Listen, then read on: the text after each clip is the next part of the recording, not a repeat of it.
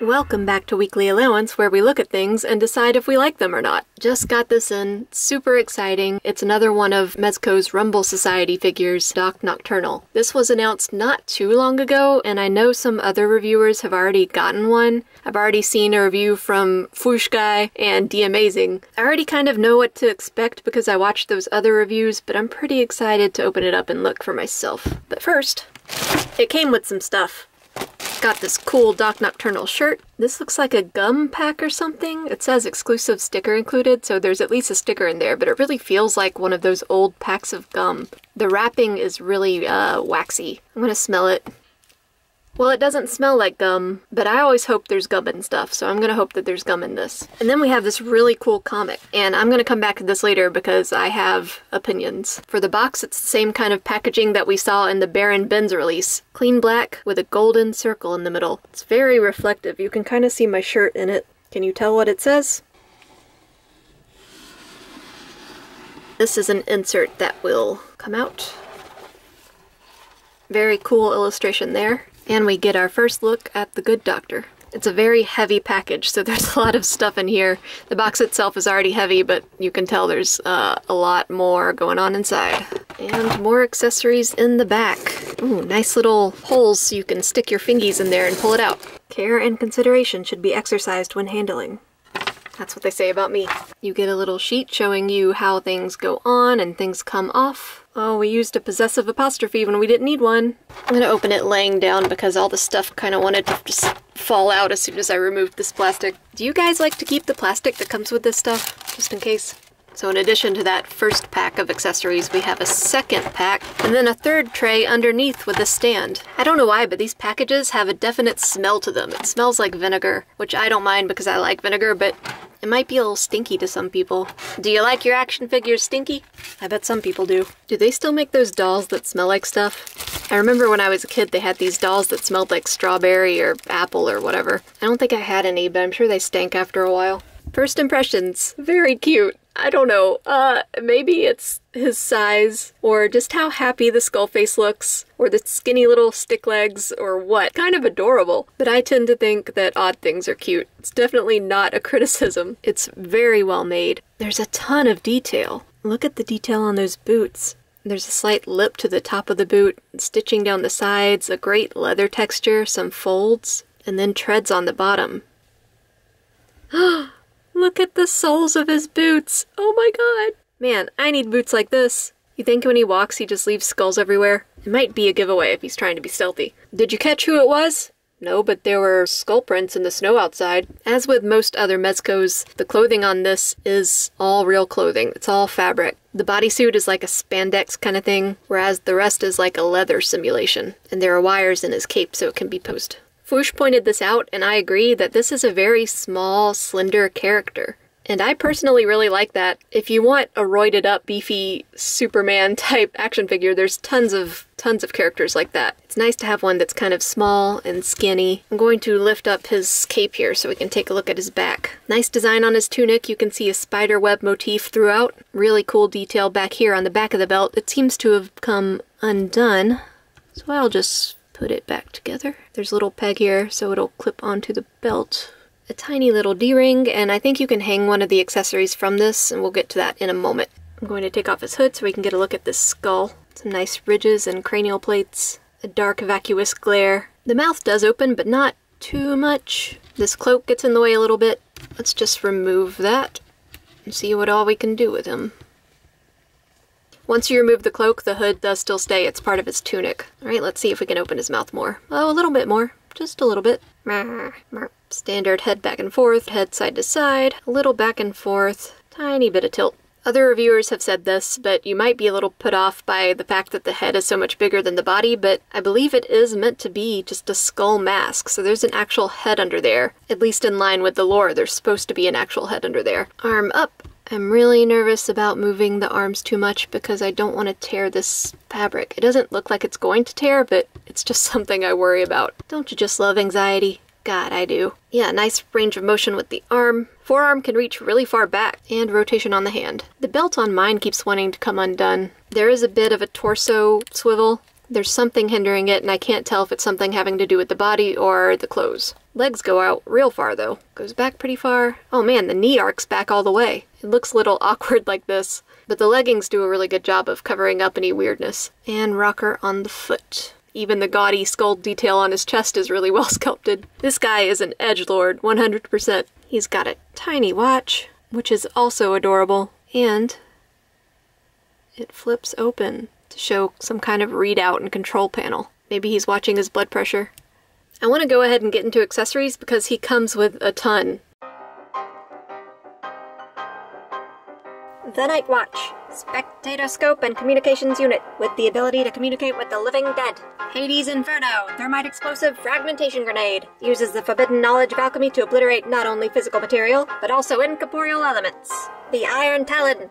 A grappling hook with retractable line. Not only a tool, but a formidable weapon. The device. Supersonic disruptor with the ability to fluctuate light and sound to distort time and space. The Ferryman. A bespoke sidearm that fires multiple types of ammunition. And last but certainly not least, the Death Ray. This heavy artillery chemical-based ray blaster is fueled by Doc's secret X13 formula. All these weapons and more can be found in Doc Nocturnal's Noirmory. All the hands you could ever need. 2 trigger finger hands, and they are the same hand. I think that was purposeful. 2 splayed out hands, holding stuff hands, relaxed grip hands, and 1 pointy hand. An alternate glow-in-the-dark skull mask, a gas mask to go over the skull mask, goggles to go over the gas mask to go over the skull mask. I'm just kidding, they go over the skull mask. Tommy gun with 2, what do you call these things? Barrels? Rounds? Drums. With 2 drums. And some neat bullet effects. Looks really cool with the translucency here. They didn't have to go this hard with the insignia on the back, but they went there. There's a glow-in-the-dark effect you can plug into the Death Ray. Let's just do that now and see... Yep. Pew! Yeah, so he comes with all that stuff. Let's test some of it out. Let's put the Death Ray on him. You guys, I think this is a tiny little buckle. Oh my gosh, you could put this on a lizard. And you have to take off his cloak to do this, or else it just won't go. Straps are elastic, so it's not really an issue putting them on the shoulders. And then you just clip it. You just clip it. You just clip it. Back into place. And now he's ready to exterminate things. You think Doc Nocturnal is a righty or a lefty? Small pegs in the hands as usual, so watch out for that. Plug a new one on gently. Oh, it didn't snap, but I think it's on there okay. The weapon slides in pretty easily. And there we go, ready to vanquish some evil. Die, vampire unicorn! Die, insane triangle demon! Yeah, the ray gun's pretty cool, and it, along with everything else in this set, is sculpted fantastically. There's some wear on these canisters back there from some kind of scrap that he's gotten into. The mechanism that pumps in the chemical into the Death Ray looks really cool. And you've got the X13 chemical logo on the side.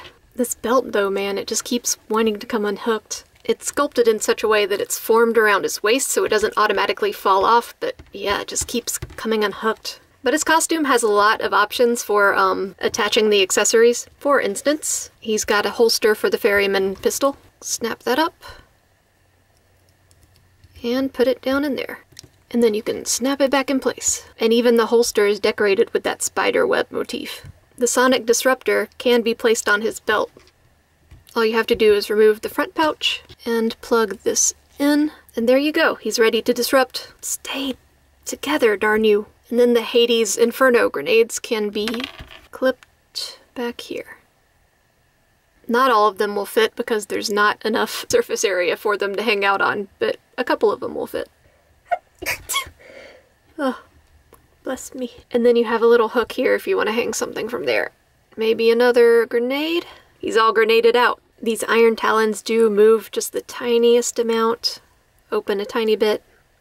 Close a tiny bit. Yeah, they can't really open much further than that. I'm afraid to try. It feels like it'll break if I go any further. Which is also what they say about me. The gun is cool. It's a little standard, I feel, for a character like this, but it still works. It's very noir, and you can insert the drum. Like this, probably. I don't know how guns go. And then the bullet effects can be gently plugged into the barrel.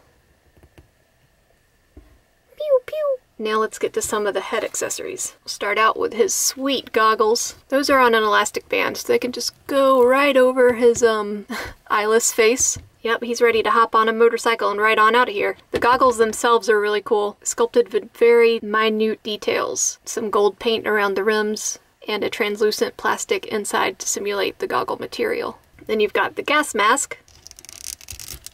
A very spooky look when you've got it on. You can see his blank eyes underneath the material here. And this thing, I don't know where it go. The tubes are bendable, so you can kind of move them around bound. I'm not sure where they're supposed to be able to go. And I saw other reviewers wondering that too. So if anyone's figured it out, they can tell me.